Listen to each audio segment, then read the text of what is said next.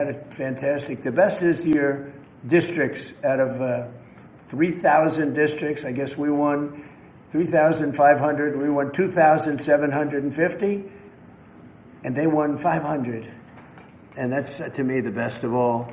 And we had tremendous in every way, the election. And it's hard to believe you can do that when you have a corrupt media. But many of you are corrupt, and it's nothing we can do about it. But we keep winning, and we're going to keep winning. And this whole story on crime is incredible that the Democrats wouldn't be with us. So the mayor of Chicago, I watched him this morning, he said, Trump doesn't know what he's talking about. He only apprehended 9 people. Well, number one, that's false. It's thousands. We'll get into that. But more importantly than anything, we took guns away. We have some of the worst career professionals out of the country already. They've been taken out of the country, and some are in solid confinement because these were killers. We arrested some very bad people. And in the last 11 days, again, I hate to say it because it sounds so ridiculous, but in the last 11 days, we've had no murders. And that's the first time that's taken place in years. We always have a murder a week. They call it a murder a week. You come here from Iowa, you come here from Indiana, you come here from Idaho, because you're so proud of your country, you love your country, and then you get murdered. Your son gets murdered, your daughter gets murdered, you get murdered. See the media, you get murdered. Many of you have been mugged in Washington, you just don't want to talk about it. And I know that every time I do this with you almost everything, but every time I do this with you people are saying to yourselves, he's right, and then you write a negative story. But we are doing an incredible job. The people behind me are amazing. We're working very well with the Washington police, as you know. The D.C. National Guard is unbelievable. We're also getting tremendous help from Secret Service.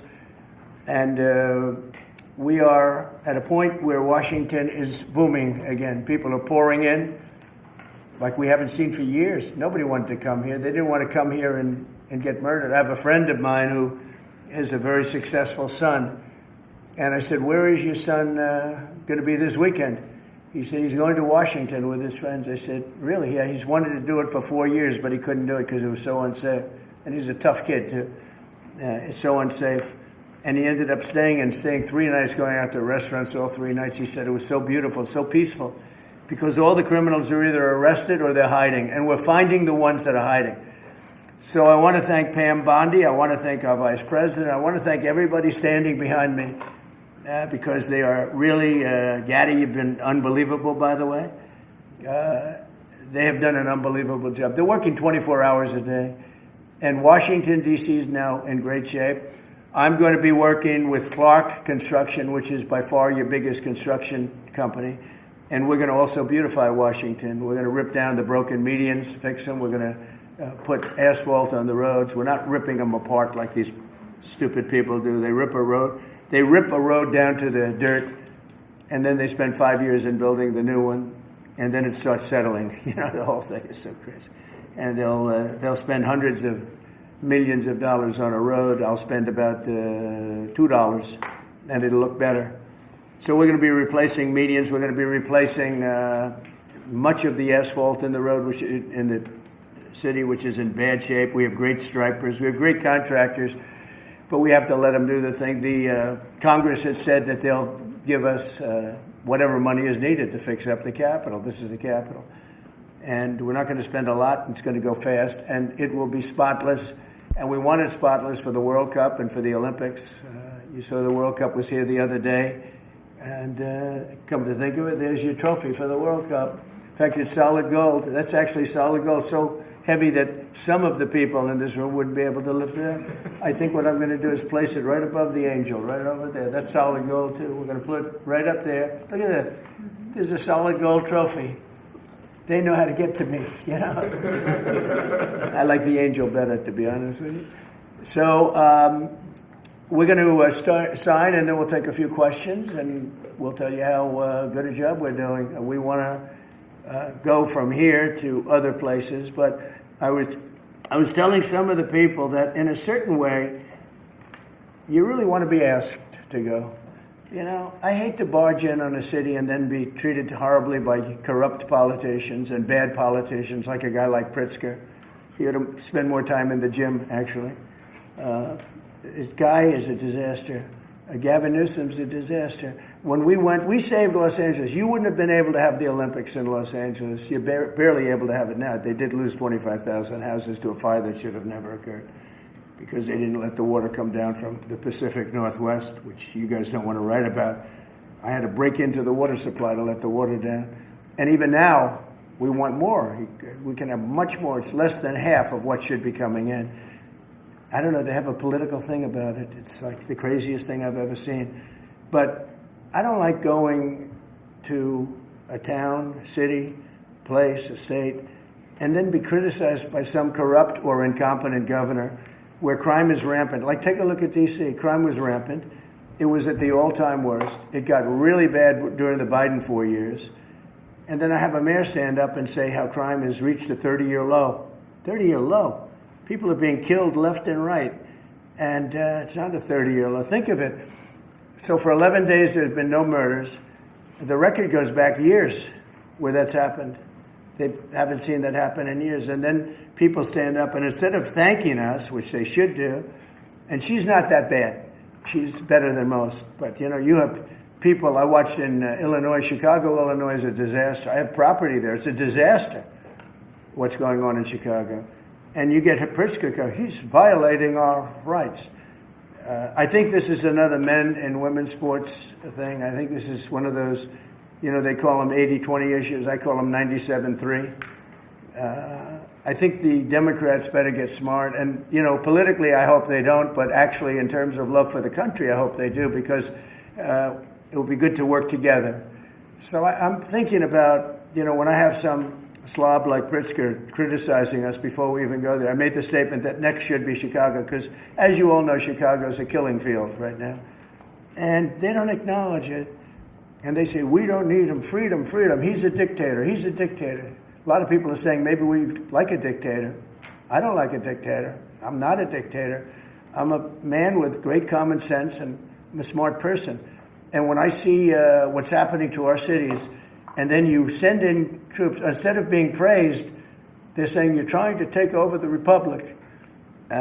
These people are sick. But I'm really saying, and I say this to all of you, in a certain way, we should wait to be asked because they have cities that are so under control, out of control. So we go in and fix it. They take the full credit for it, and they go out and say, I heard it this morning. They're saying how well they've done over the last 10-day period, that they set record lows. They don't say that we're there with very tough people, by the way. They have to pass the toughness test. Otherwise, they're not working for us. So, and we're allowed to do that now according to the United States Supreme Court decision. Now, they have to pass the toughness test. If they're not tough, we don't want them for this job. They might be great for other jobs, but not for this job because they're respected. You saw the gang of kids. They were all huddled up. And a group of soldiers walked up. They never even got over. Those kids ran back to their homes or wherever the hell they came from. They were gone. This is one of the safest cities right now in the world, as crazy as that sounds. And it took 7 days. It took really 3 days. But we're now in our 11th day. So I want to thank you. So we had all of these things. 439 illegal alien criminals have been removed. And we have 6 known gang members, some of the worst leaders of gangs anywhere in the country, MS-13 and Tren de Aragua. We have 2 missing children that have been recovered. They thought they were gone. We brought them back to the family. The family started crying. They couldn't believe that they saw their child again. 49 homeless encampments have been removed. Like we have the head of South Korea coming in a little while, the president, and he drives down the street. Already, his people have told me, he said, what happened? It's so clean. We always came here, it was filthy dirty with homeless and papers all over the road. That's the other thing. Those roads are swept immaculate.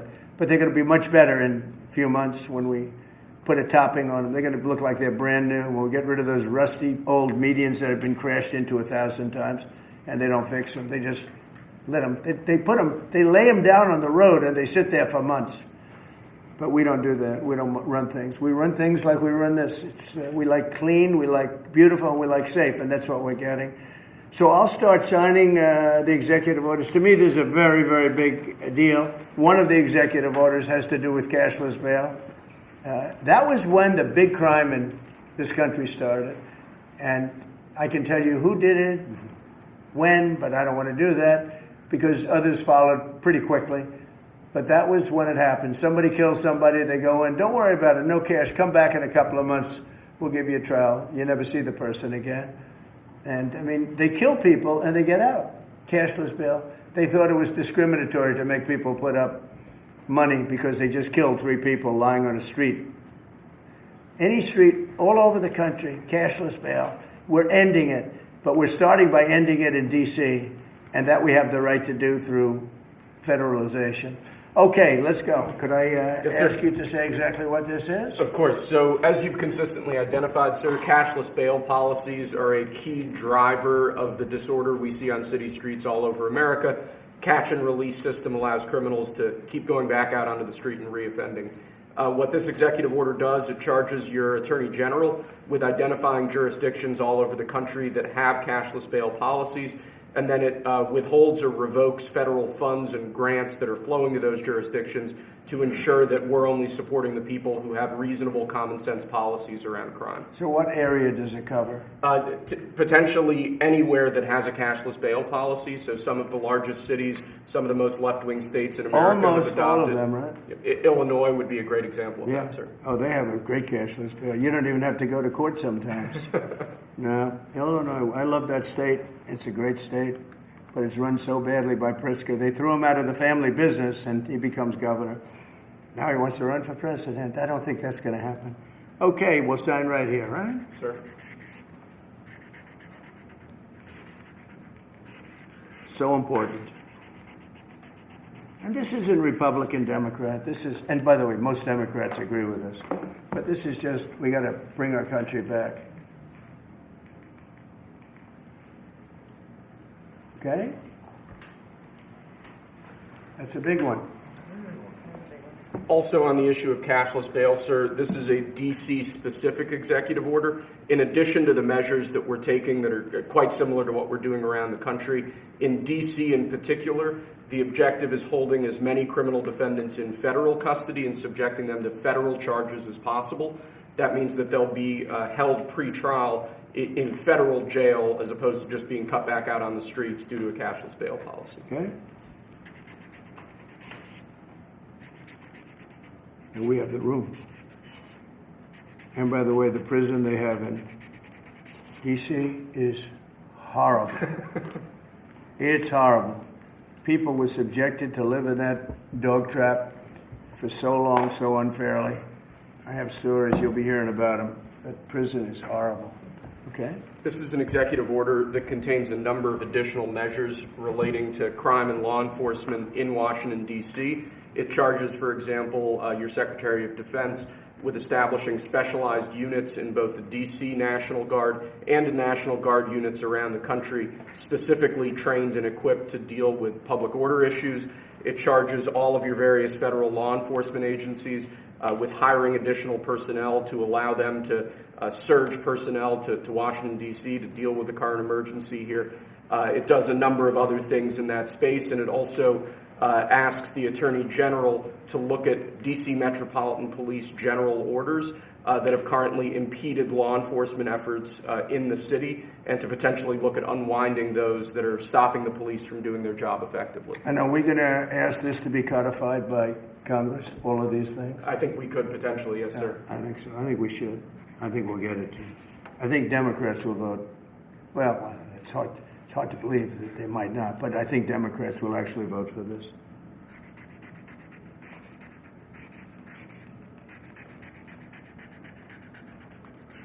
There's no auto pen that can do that, right? Look at that, Pam. Is that a good signature? Seriously, is that a good signature? Who can write like that? Nobody. I don't know. That's the other thing. I assume we're looking at the whole auto pen scam. Sir. Because the person that ran it said he spoke to it briefly twice about nothing. That means that all those pardons that he gave to some very bad people, very unpatriotic people, very evil people, it looks to me like those pardons are worthless. Because, number one, you shouldn't use an auto pen, very specifically. But if you do, it has to be a very good reason. And they have to know that the president wanted it. The president didn't want this. The president didn't know he was alive, okay? He never approved any of this stuff.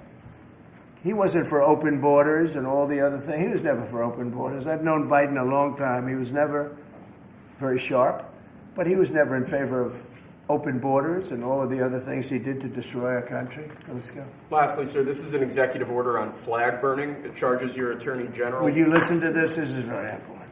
Flag burning. All over the country, they're burning flags. All over the world, they burn the American flag. And as you know, through a very sad court, I guess it was a 5-4 decision, they called it freedom of speech. But there's another reason which is perhaps much more important. It's called death. Because what happens when you burn a flag is the area goes crazy. If you have hundreds of people, they go crazy. You can do other things. You can burn this piece of paper. But when you burn the American flag, it incites riots at levels that we've never seen before. People go crazy. In a way, both ways. There are some that are going crazy for doing it. There are others that are angry about them doing it. Do you want to discuss that? Sure. So what the executive order does, sir, it charges your Department of Justice with investigating instances of flag burning, and then where there's evidence of criminal activity, where prosecution wouldn't fall afoul of the First Amendment, and instructs the Department of Justice to prosecute those who are engaged in these instances of flag burning. And what the penalty is going to be, if you burn a flag, you get 1 year in jail. No early exits, no nothing. You get 1 year in jail. If you burn a flag, and what it does is incite to riot. I hope they use that language, by the way. Did they? Yeah, incite to riot. And you burn a flag, you get 1 year in jail. You don't get 10 years, you don't get 1 month. You get 1 year in jail, and it goes on your record. And you will see flag burning stopping immediately, just like when I signed the Statute and Monument Act. 10 years in jail if you hurt any of our beautiful monuments. Everybody left town. They were gone. Never had a problem after that. It's pretty amazing. We stopped it. But this is something that's, I don't know, in a certain way, it's equally as important. Some people would say it's more important. Because the people in this country don't want to see our American flag burned and spit on. And by people that are, in many cases, paid agitators. They're paid by the radical left to do it. You talk to these people, they don't even know, half of them don't even know what they're doing. They say, I don't know, they gave me money to do this. I see the same things that you do. They're bad people. They're trying to destroy our nation. That's not working, because I think our nation now is the most respected nation anywhere in the world, by far. You saw that with the European leaders on Friday. You saw that with NATO, where they agreed to go from 2% no pay to 5% fully paid up. Trillions of dollars paid, where they respect your president to a level that they jokingly call me the president of Europe. They call me the president of Europe, which is an honor. I like Europe, and I like those people. They're good people. They're great leaders. And we've never had a case where 7 plus really 28, essentially 38 countries were represented here the other day. 38 European countries were represented. European and other countries were represented. And it was a great meeting. But your country is respected again. I say it all the time. 1 year ago, our country was dead. Everybody said it. We had a dead country. We were not going to survive. Now we have the hottest country anywhere in the world. So it's an honor to be involved. And this group has a lot to do with it, right behind me.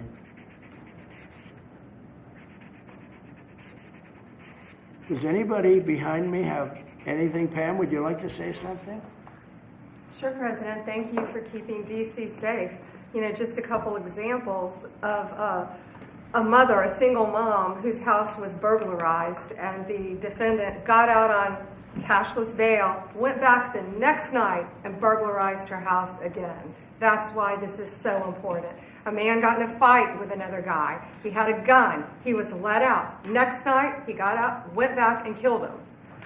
So that's why it's so important, President, what you're doing. And thank you for protecting the American flag. And we'll do that without running afoul of the First Amendment as well.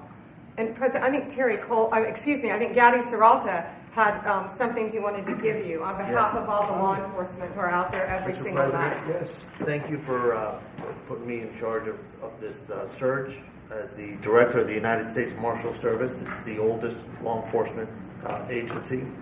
It was created in 1789. So on behalf of all the federal law enforcement agencies that we're working with and those that have yet to join the team, we thought it was only appropriate to present you with an honorary United States Marshal Service badge. And this badge comes with this little item right here, which is a handcuff key, Mr. President, because you continue through your policies and your efforts with your staff to unhandcuff law enforcement officers all over this nation. And I can tell you personally that they thank you for that. Thank you. That's beautiful. You can continue unhandcuffing law enforcement. That's a very great honor. I'll save that and put it someplace up, which is important. Thank you very much, Gary. I appreciate it. Thank you very much. Really nice. Thank you. That's very nice. Thank you. Well, we love those people. They're brave and they love our country and they don't want to see it. Do you know how many people volunteered for this job? And before I ask the VP to say a few words, because he feels very strongly about it, I think it's very important, Pam, that when we do this, that a state they come and ask us. I mean, I see Pritzker saying, we don't want them. In the meantime, his city is being shot to hell. And they do that politically. And they probably do want it. If we didn't go to Los Angeles, you would literally have had to call off the Olympics. It was so bad. And the sheriff and the law enforcement people, but the sheriff said, and he came out very strongly, he said, if we didn't have these people, we were not able to control it. Now, 4 days later, after we had it totally under control, we did that quickly. He changed his tune a little bit. Well, I think we could have done it, you know. They were dead. If we didn't send in the troops, Los Angeles was dead, the Olympics was gone, the World Cup was gone, everything was gone. We did a great job. And Newsom, we got he's an incompetent governor.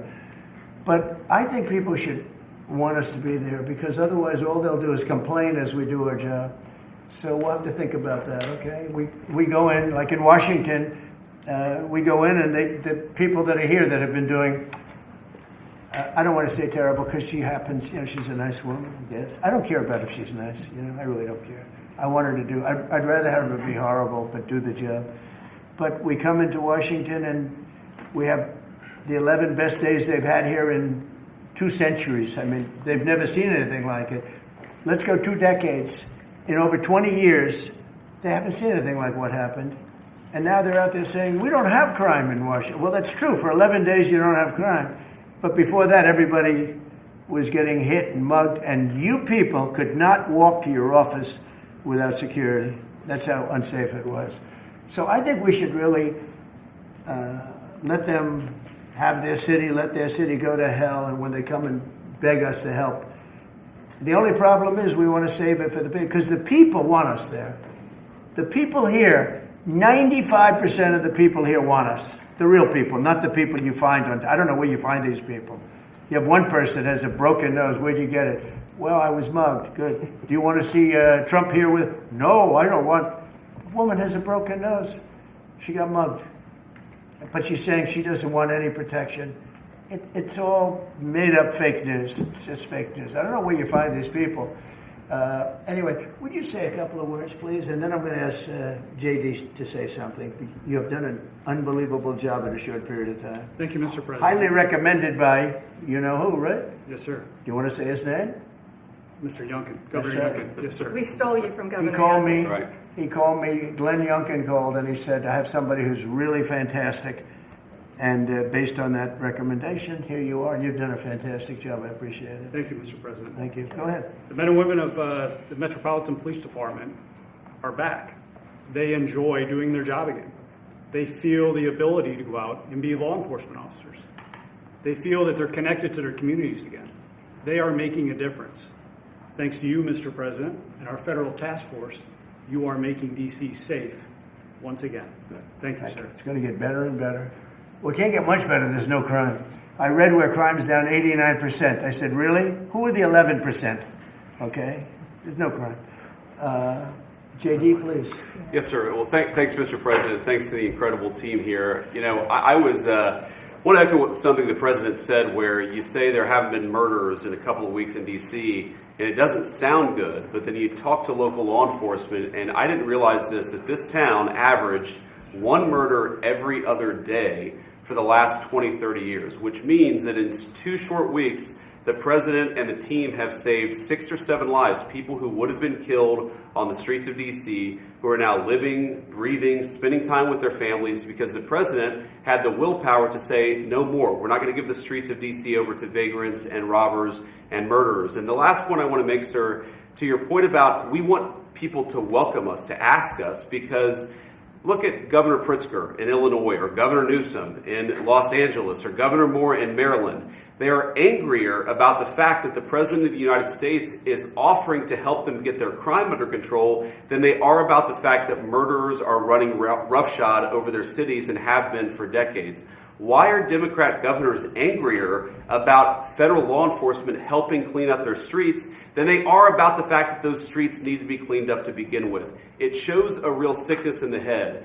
And I agree with the President of the United States. I think most Democrats, rank and file, nobody likes crime. Republicans don't like crime. Democrats don't like crime. Independents don't like crime. Why are Democratic governors doing everything in their power to make crime easier to do in their cities? It doesn't make an ounce of sense to me. But, Mr. President, I appreciate you being willing to help. And I hope these governors take you up on the offer, because we should clean up all of America's streets. It's the right of every American to live in safety and comfort in their community.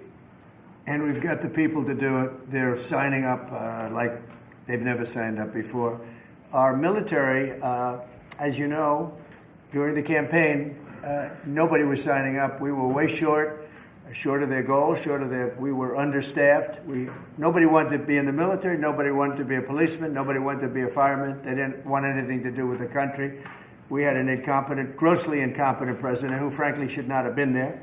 He should have never been there. The damage he did to this country is incalculable. I mean, just what he has done. So much of our effort are getting murderers and jailbirds and people out of this country who are drug dealers at the highest level. So much of the energy of people that he let in, it was an unforced error.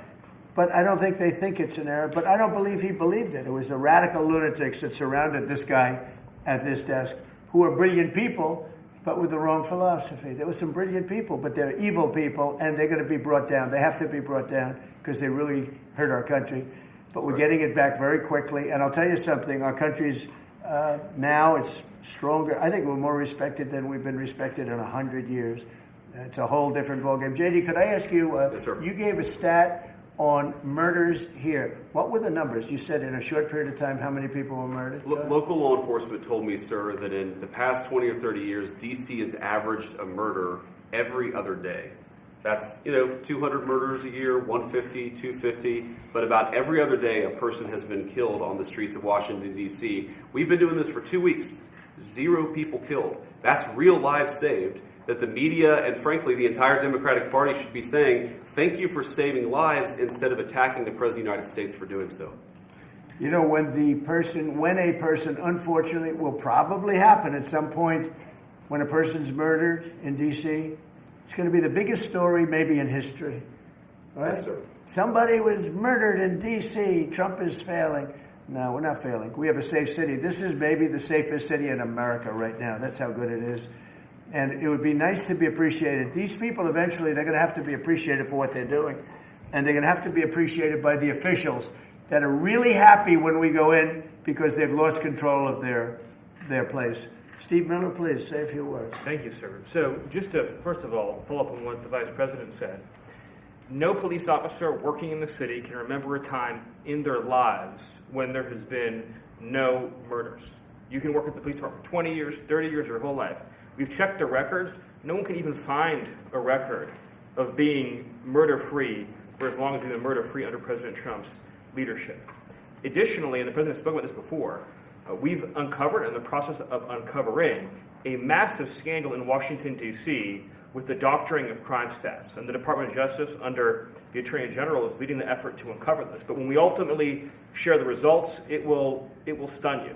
The extent to which, even though D.C. had the worst crime in America, honestly measured, it dramatically understated how bad it was. There's even accusations that murders and homicides were reported as accidents instead of murders. I mean, this is how severe the manipulation of the crime data has been in this city, and it will all be uncovered and it will all be brought to light. You know, I've had a chance to spend some time, as has everyone here, with the police officers in the city. Members of the public are going up to them and thanking them, just overflowing with gratitude, because for the first time in their lives, they can use the parks, they can walk on the streets. You have people who can walk freely at night without having to worry about being robbed or mugged. They're wearing their watches again. They're wearing jewelry again. They're carrying purses again. People had changed their whole lives in this city for fear of being murdered, mugged, and carjacked. It is a literal statement that President Trump has freed 700,000 people in this city who were living under the rule of criminals and thugs. And the last thing I'll say is that under the efforts of Terry, to my left and many here, what they found also is that the street criminals here in Washington, D.C. were doing business directly with the transnational criminal cartels, the foreign terrorist organizations. So not only was the city being run by these criminal thugs, but they were working with some of the most dangerous terrorist organizations on the planet to traffic weapons and drugs into this city. And what we are uncovering every day is shocking to us, and we look forward to sharing all the results with you. But President Trump, your leadership has uncovered some of the great public safety scandals of our life, and now because of you, people are safe and free for the first time ever in this city. Thank you very much, Steve. You know, in Los Angeles, Beverly Hills is, a great place. I have a house there. I had a house there. I used to spend a lot of time there. And a great place. Do you know that I have friends, they leave their trunk open for their car because they know they're going to be vandalized. They don't want the trunk ripped off in order for them to steal what's in the back. They leave the doors open so when they go in to steal the radio or whatever they take, that they don't rip off the door. They leave the doors totally open so the criminals, when they go and open the door, they'll have to break the windows and kill the car in order to steal whatever it is in the car that they're looking for. And that's at a level that nobody's ever seen before. Nobody lives like that. I have another friend, he has a garage, and in order to save his garage door, he leaves it open so that people can just walk into his garage, take whatever they want, and leave. But all the cars so many cars, I've been told this by many people, stars, big people, they leave their doors open so the doors aren't destroyed by these criminals. All over Los Angeles this is taking place. And you know that. I mean, you've heard that. Christy, could you say a few words? Sure. Well, Mr. President, I think one of the most impactful statistics that you used today was of the 1,000 arrests that have happened already so far, 439 of them were illegal criminals, which means they never should have been in this country to begin with. That they were in this country, invaded over our southern border or our northern border or maritime seas, and then they committed crimes against the American people. So by getting those individuals incarcerated, we've stopped those violent crimes from happening here in the city. And sir, they do. Exactly like Stephen was talking, they have ties to cartels. They have networks across this country and other cities. So by what you're doing here is going to have a ripple effect in Miami, in Chicago, in other cities, because you're grabbing those networks and giving us information and targeting information to go and get more criminals across this country. So thank you for the work that you're doing. We have ICE and CBP, Federal Protective Services, Secret Service, HSI. All of our officers are working with all the other agencies every day here in DC, and they're so proud to have this kind of partnership. So they're so glad that you're letting them do their jobs again. And I don't know if you've heard, sir, but the recruitment campaign for ICE, when we were going to hire 10,000 new officers, we've got over 130,000 people that have applied and raised their hands and said they want to work with ICE. So no matter what the fake news says or what the media says about ICE not having support, they've got incredible support from the American people. People want to join them and help them do what they're doing to make America safe again. So thank you for that. I was going to say that our recruitment drive, it was dead. During the campaign, they couldn't get, every story was the Army can't fill up, the Marines, none of them could fill up. They were way behind. We couldn't get anybody to go into the military, couldn't get any police. We have just set records on everybody wants to be in. Everybody wants to go in. And we're taking incredible people. I mean, the level of, because of the Supreme Court, it's based on merit. It's all based on merit now. It's not based on anything else. You got to, if you need strong people, you have to get strong people. It's all based on merit. But we're setting records in the Army, Navy, Air Force, Marines, the Coast Guard. One of my favorites, because I happen to have created it, Space Force. We're very proud of Space Force. It's amazing what it's doing. We're leading in space now. China was killing us. Russia was beating us. China was killing us. We're now killing China. We are leading in space by a lot because of Space Force. So we're very proud. But everybody wants to go in. We went from not, and you know how bad that is for the spirit when every story that you were writing a year ago was that nobody wants to go into the military anymore. And if you're in the military, you know how deflating that is? You go home to your family. Nobody wants a job that you have. Well, now it's the opposite. Everybody wants to be there. And that includes police and fire and everything else. You're doing a good job. Thank you, sir. You stopping a lot of wars? just the presidents we're stopping them. We've stopped 7 wars, and really the number is actually 10. We're not including a couple, and we're not including in there what we did with Iran, stopping their nuclear play. They would have had within a month or two, they would have had a nice big nuclear weapon to use. That's not going to happen. That won't happen. Pete, go ahead, please. Yes, sir. Well, Mr. President, thank you very much for your leadership, and the Defense Department is proud to be a part of this task force. Just like we have been down at the southwest border, where crossings are at 0, we've got national defense areas where we're working with Border Patrol to secure the southern border for the American people. Just like Los Angeles, where ICE officers deserve to do their job without being attacked, we're really proud to be a part of defending the nation's capital and ensuring it is safe and beautiful and working with law enforcement. And Mr. President, let me tell you, the morale of the troops, getting out there talking to them, they love this mission. They're grateful to be doing it, whether they're D.C. National Guard or other state National Guards. And at your direction as well, sir, it's just common sense to make sure they're armed as well. And so we're rolling out ensuring they're armed, capable of defending themselves and others if need be, supporting law enforcement, and we're proud to be there, sir. Well, look at the mission you just accomplished with Iran. 36 hours back and forth, flawless. Every bomb hit its target. They went right down those chutes, dark at night, no moon, no nothing.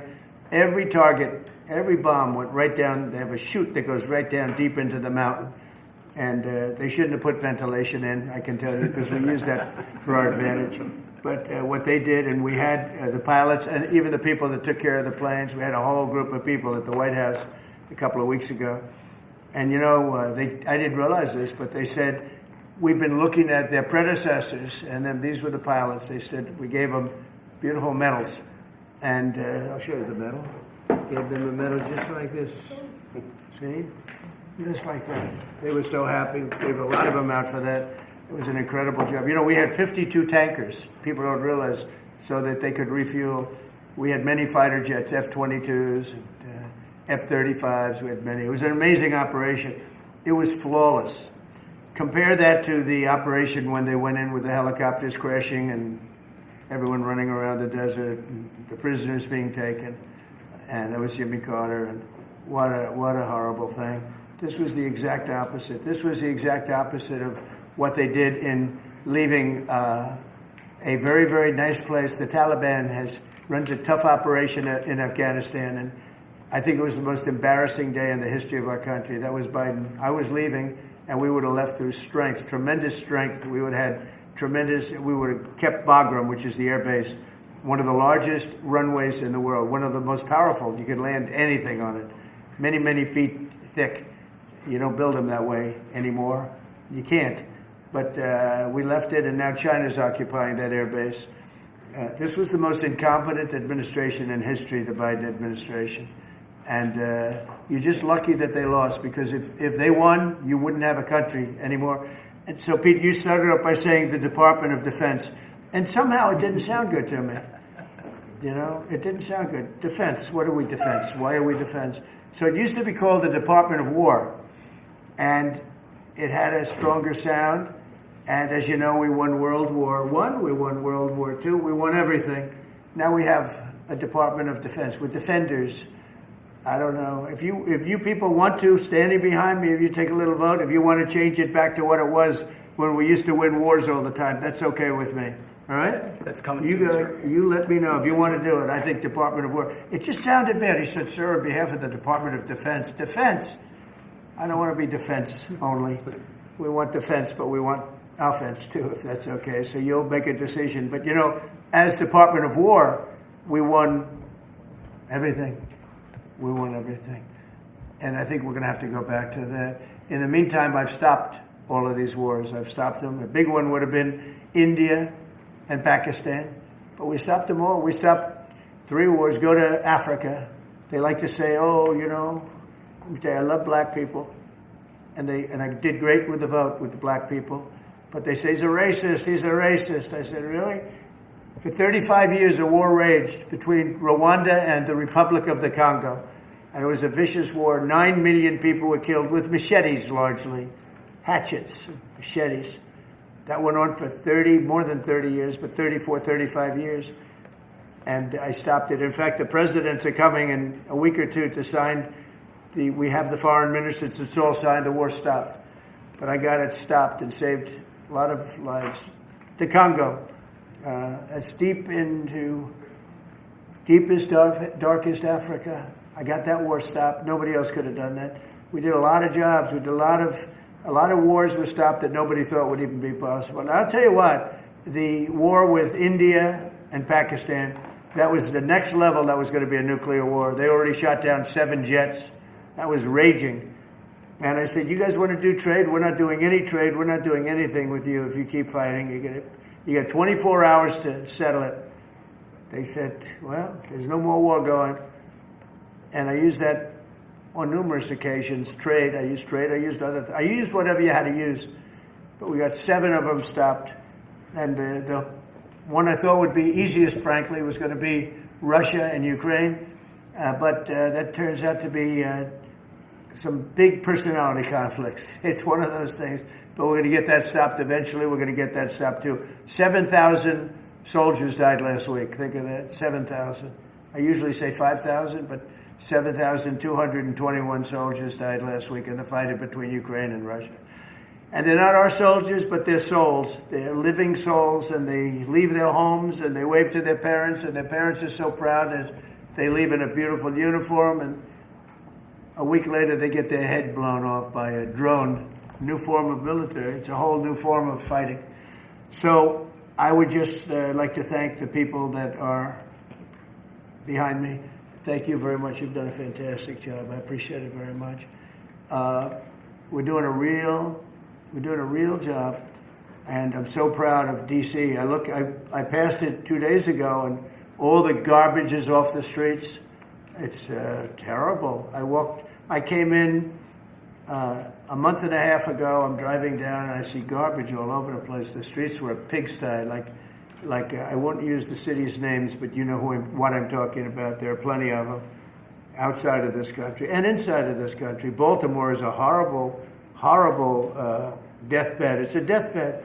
I know Governor Moore said, he wants to take a walk with me. He meant it in a derogatory tone. I said, no, I'm the President of the United States. Clean up your crime and I'll walk with you. But it's tremendous crime. But he was trying to be derogatory. He doesn't have what it takes. But he's trying to be derogatory. And I met him at the Army-Navy game. They said, there's Governor Moore. He'd love to see you. He came over to me. He hugged me, shook my hand. You were there. He said, sir, you're the greatest president of my lifetime. I said, well, it's really nice that you say that. I'd love you to say it publicly, but I don't think you can do that, so it's okay. But no, sir, you're doing a fantastic job. I want to just shake your hand. Thank you very much, Governor. That was it. And then every time I see him on television, he's knocking the hell out of me. But that's all right. That's called politics. But Governor Moore's he's doing a bad job. Newsom's doing a bad job. All of their potential candidates are doing a bad job. I can't imagine Pritzker being even a candidate, but somebody said he is. He can't do the work, can't do the job. He's not temperamentally suited. So I just want to thank you all for being here. Do you have some questions? Yes, Mr. President, is the Pentagon, and maybe the Secretary of Defense can weigh into, is the Pentagon preparing for military deployment to Chicago? And with what you said there, are you waiting for the governor? We're ready to go anywhere. We have a full complement of great human beings. We're full. You know, our military is full. We were way empty 1 year ago. Now we're full. So we can go anywhere on less than 24 hours notice. Are you waiting for the government? And we're doing a lot to interdict to stop drugs from coming in too. We have ships out on sea. You know, we have nobody coming through our border anymore. Nobody. Doesn't that feel good to know that you don't have prisoners coming in and, you know, killers, murderers? We had 11,888 murderers come in, led in by the Biden administration. Many of them have been captured, but we still have a couple of thousand that are out there. Some of them, 50% of them killed more than one person, okay? But a lot of them have been captured. What they've done to our country, these people that circle this moron that we had behind this desk, what they've done to our country is unthinkable. It's unthinkable. I mean, if you think so much of our time is devoted to correcting a problem that all they had to do is say, close the borders. Remember when he said, well, I have no power to close the border. I have to go back and get an act from Congress. I didn't get an act from Congress. I came in, I said, close the borders. And Tom Homan, who's not here, has been fantastic, Christy, right? Yes. Tom Homan is great. He's a fantastic man and respected by everybody. But I said, Tom, close the borders. Christy, close the borders. The borders were closed. We didn't go to Congress and get permission. We just closed the borders. And in the last 3 months, hard to believe this one too, in the last 3 months, we've had 0 people come into our country illegally through the southern border. Nobody would have said that's possible. Yeah, please. Thank you, Mr. President. Today, MS-13 gangbanger and human trafficker Kilmar Abrego Garcia turned himself into ICE in Baltimore. Do you have any comment on this? And why are the Democrats so emotionally attached to this man who beats his wife and is part of a terrorist organization? Because they think he's going to be good for votes, and I think he's very bad for votes. These people are deranged. He's not good for votes. He beat the hell out of his wife. His wife is afraid to even talk about him. She's been mauled by this animal. And, you know, through a system of liberal courts, you know, he's doing things. But, no, we have that under control. And Pam has got that very much under control. Do you want to comment on it, Pam? No, we've got him under control. He will no longer terrorize our country. He's currently charged with human smuggling, including children. The guy needs to be in prison. He doesn't need to be on the streets like all these liberals want him to be. And as part of this operation here in D.C., we've also taken off MS-13 members.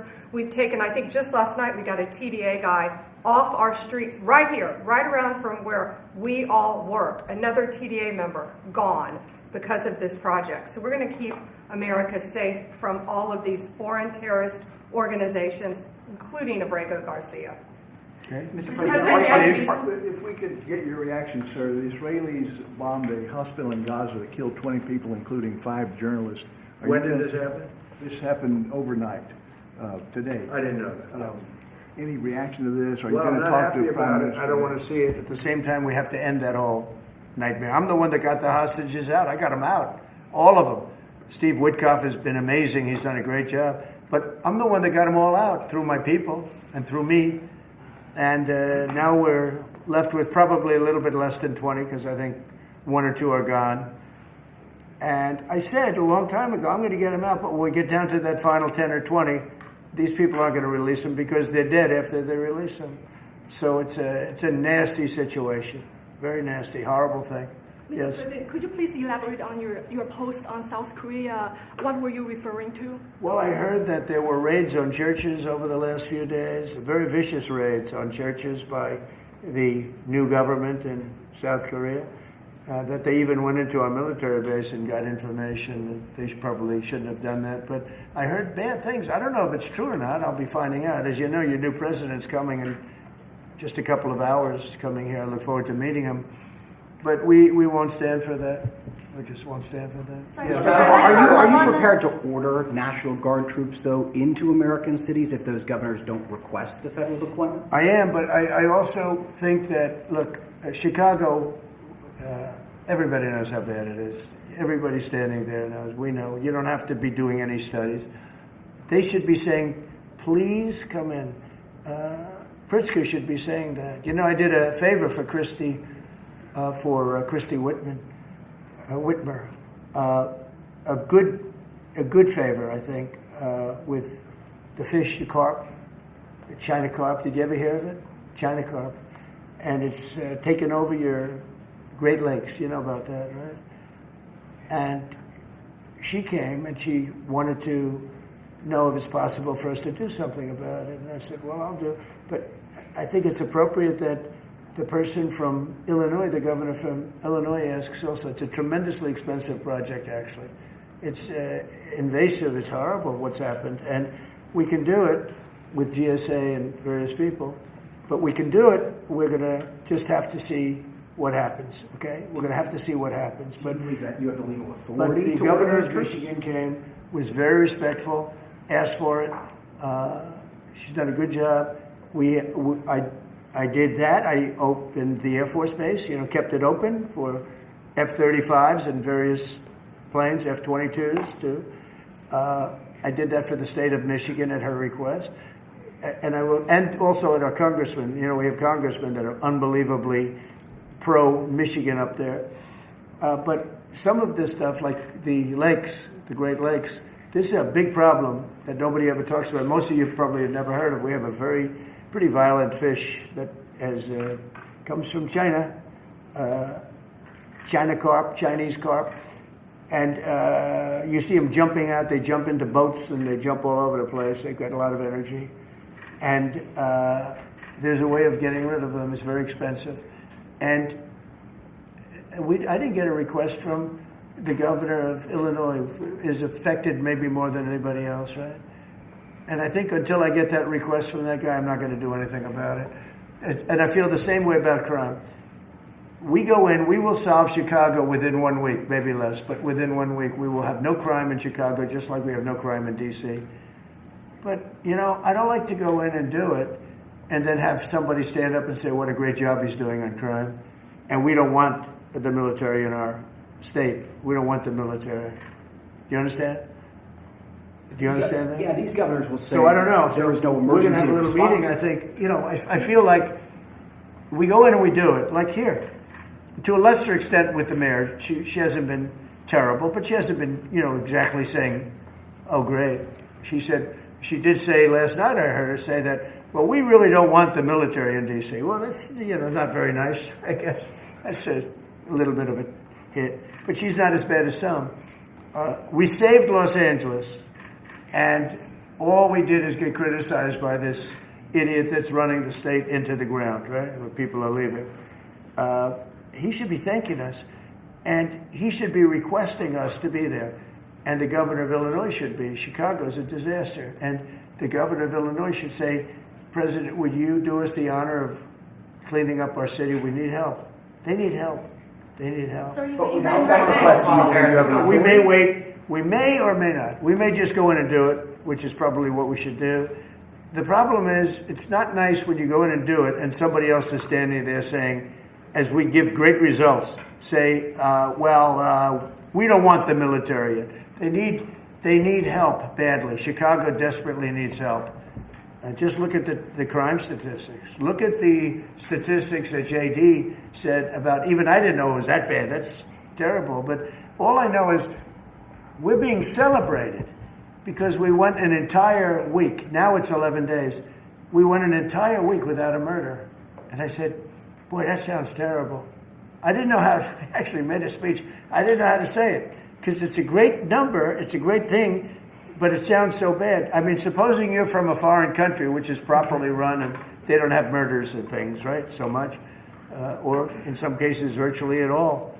And you have somebody saying, I'm proud to announce that nobody was murdered in the capital of the United States this week.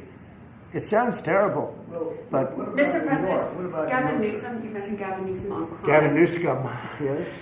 Is there a federal mechanism you're hoping to use to fight back against his redistricting constitutional amendment, or is that? Well, I think I'm going to be filing a lawsuit pretty soon, and I think we're going to be very successful in it. We're going to be filing it through the Department of Justice. That's going to happen. And we're also going to be filing a lawsuit on blue slipping. Blue slips make it impossible for me as president to appoint a judge or a U.S. attorney because they have a gentleman's agreement. It's nothing memorialized. It's a gentleman's agreement that's about 100 years old, where if you have a president like a Republican, and if you have a Democrat senator, that senator can stop you from appointing a judge or a U.S. attorney in particular. Those are the two, I guess anything, but those are the two that are very important. So we have numerous states where we have unbelievable people. Now, Jay Clayton was just approved in the Southern District, but he was so good. He was a top student, top schools, top everything, went to Sullivan and Cromwell, became the head of Sullivan and Cromwell, came down here, was Securities and Exchange Commission, ran it for 4 years during my term, like impeccably, beautiful job. He did an incredible job. And we went to court, and the judges, Democrat judges, voted that he could. That's the only way you get by it. But generally speaking, you can't do that because you'll have judges from the other party. So Jay Clayton just got approved, and he's in, but he didn't get approved by the senators. He got approved by the court system in New York, which was a great thing. And I had a big victory in New York, I might add. I saved myself $500 million with a fake, corrupt attorney general, a really corrupt person with a corrupt judge who was disgraceful, and they're being mauled right now by everybody. It's so corrupt, and it kept business out of New York, stuff like that. But the appellate division vacated all of that stuff that you read about, and we're going to do a big number on that whole thing. You can't have a corrupt court system. You can't have that. You have to have borders, and you have to have a free press. Otherwise, you don't have a country. But you'll be hearing about the blue slipping, because if you have not, you don't need two senators. You just need one Democrat senator with a Republican. The only person that I can get approved are Democrats, or maybe weak Republicans, but we don't want that. But the only person I will be able to get approved in any of those states where you have a Democrat I can't get a U.S. attorney. I can only get a Democrat U.S. attorney.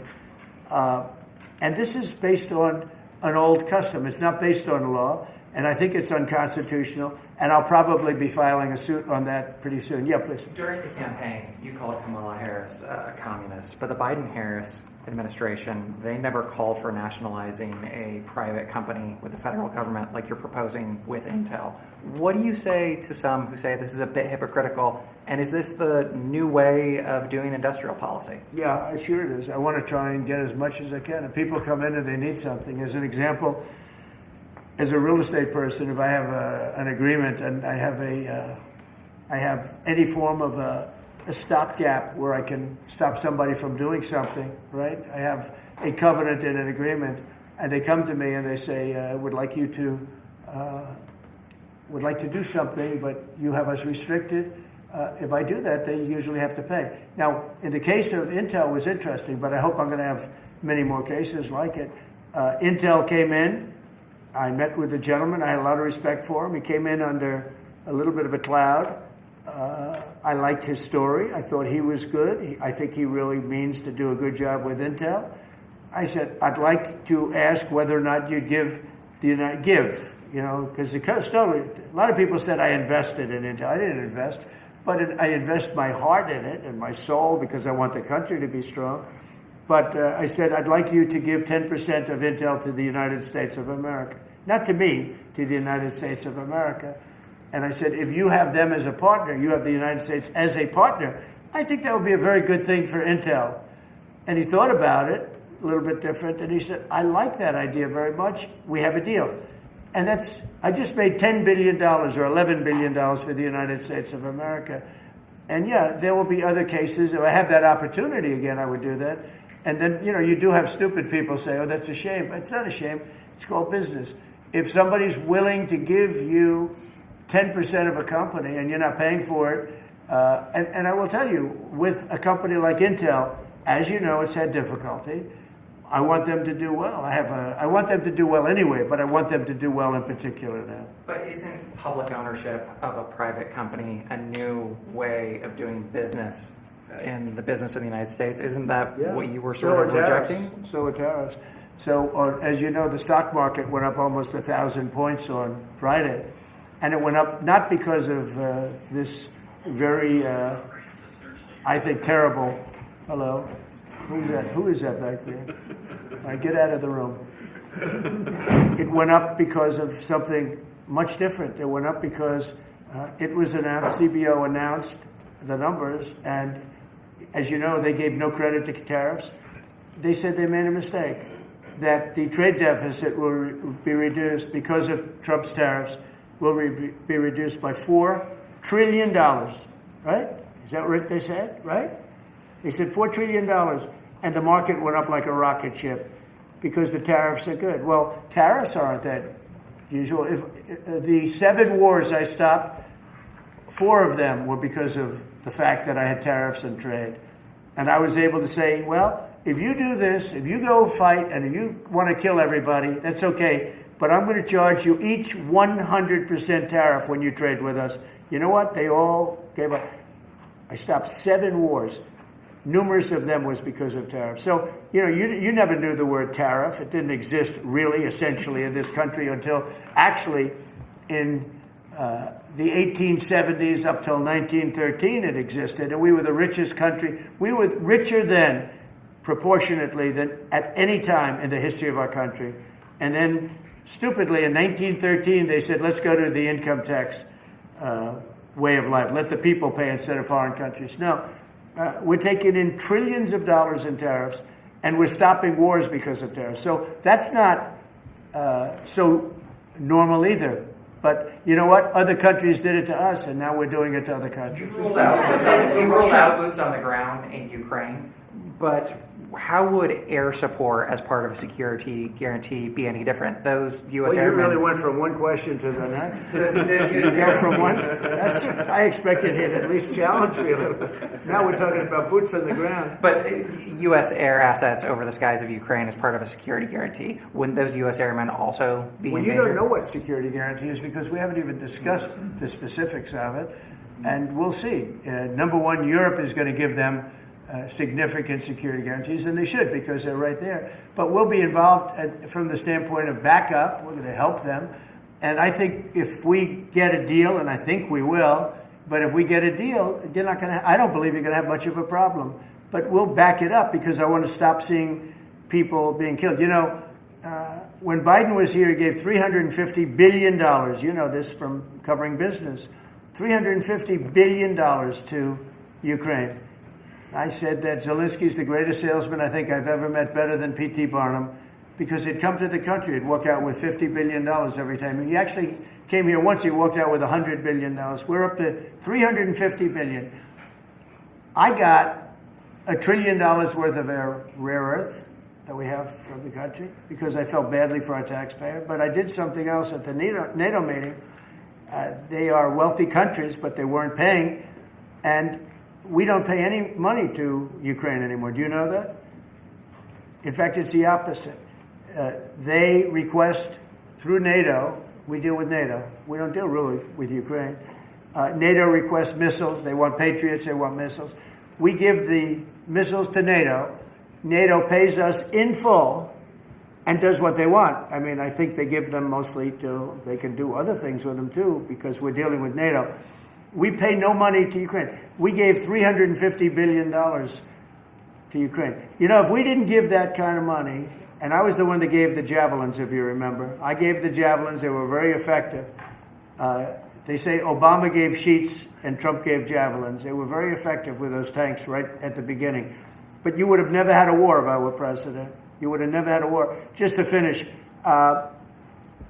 we spend no money on Ukraine anymore.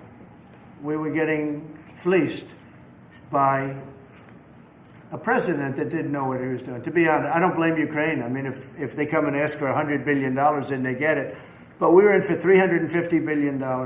Now, we make money. I don't want to make money on Ukraine. I want the war to end because I want to save all those lives. I want to just say, but just so you understand, we're no longer losing money on that thing. We were losing money hand over fist. And now we don't lose any money. Now we sell weapons to NATO. Because NATO agreed, because of me, to go to 5%. They had 2% and didn't pay. Now they have 5% and they're all paid up. So they have trillions of dollars and they give us that money. But I really want the war to end, and we're going to get it ended. Mr. President, everyone uses the historic summit here with Ukrainian President Zelensky and European leaders all met here with you at the White House. You said you wanted to get this done bilateral as soon as possible. Have you spoken to Putin since last Monday? Yeah, I have. What is your conversation? Or can you share? Every conversation I have with him is a good conversation, and then unfortunately a bomb is loaded up into Kiev or someplace, and then I get very angry about it. I think we're going to get the war done. It's tough. I thought that would be, of the 7 that I settled, I thought that would be the easiest of the group. See, you never know what's going to happen. You know, war, strange things happen in war. The fact that he went to Alaska, our country, I think was a big statement that he wants to get it done. That was not easy for him to go to Alaska, you know, for him to come here. But the fact that he showed up on a very successful day, it was a very successful day for other things. Because, you know, we're also talking about missiles, nuclear. We're talking about a lot of different things. We're talking about limiting nuclear weapons. We'll get China into that. We have the most. Russia has the second most, and China has third, but China is way behind, but they'll catch us in 5 years. We would like to denuclearize. It's too much power, and we talked about that also. That's part of it, but we have to get the war over with. On Baltimore, sir.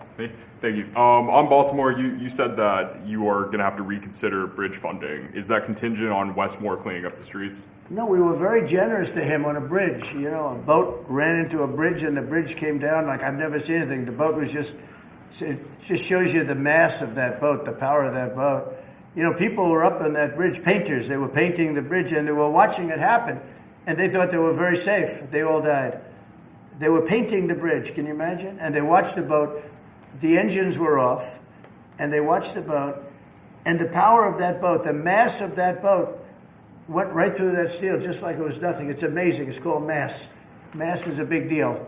But the mass of that boat, those people all died. But they thought they were totally safe. They were eating their lunch. They were, you know, whatever. They were watching it. They could have gotten off. Somebody did a very good job. A police officer called in and said, close the bridge. And he did it with power. Get everybody off the bridge, close that. That guy should get a medal because he stopped the bridge. A lot of people would have died. A lot more people would have died. The ones that died were the workers on the bridge. And they thought there was no danger because, you know, it's a big steel bridge. And it came down like toothpicks. It was incredible to watch that. It was just, and they died. They all died. But that police officer, again, the police do a great job. The police officer did an amazing job. And I heard the tapes. He would say, get everybody off. Most people wouldn't have said that. You know, when you see a thing like that, you assume it's going to, you know, tap the bridge and it's going to be rebuffed. The thing just came down. I've never seen anything like it. So he did a good job. In fact, I think we should get him in for a medal. The man that gave the warning, I listened to him. Everybody get off, screaming. Everybody off. He had the sense to realize that this could be a catastrophe as opposed to a ship that's, because the engines weren't working, it's just floating. It's an amazing thing that a thing floating like that with no power just knocked it right down like it was nothing. So Let's do that. Let's give him a medal. I've been thinking about it. Mr. President, do you plan to investigate Chris Christie? Say it what? Do you plan to investigate Chris Christie? Look, Chris is a slob. Everybody knows it. I know Chris better than anybody in the room. I always felt he was guilty. But what he did is he took the George Washington Bridge, which is very serious. He closed down the George Washington Bridge. And you had medical people, you had ambulances caught up. This thing was closed down. And obviously he knew about it. But he blamed the young lady that worked for him and another person, and they got into a lot of trouble. She ultimately was, I don't know, exonerated, but she got out of it a little bit. But she went through hell. She was a young mother, nice person. I knew her a little bit. And another man went to jail. And Chris got off. And so when I listened to Chris speak his hate, I say, oh, what about the George Washington Bridge? You know, tell me about the George Washington Bridge. He blamed other people, but he knew all about it. So no, I don't know if they want to look at it. It's not for me. If they want to look at it, they can. You could ask Pam. I think we have other things to do, but I always thought he got away with murder. Mr. President, do you plan to make an endorsement in the Texas Senate race between Ken Paxton and John Cornyn? Well, I'll make up my mind. I like them both. The worst situation I have is when I have two people that I get along with well. I hate it. And they all want the endorsement. You know, I'm almost 100% of the people I endorse win. It's a great honor. And I got, as you know, I got the largest vote in the history of Texas by far. Nobody's ever gotten more votes in the last election. I think in all the elections, the 3 elections. But they like me in Texas. So people are waiting for me, but I'd rather not comment on it right now. I like both guys. They're both friends of mine, and they're both good and very different.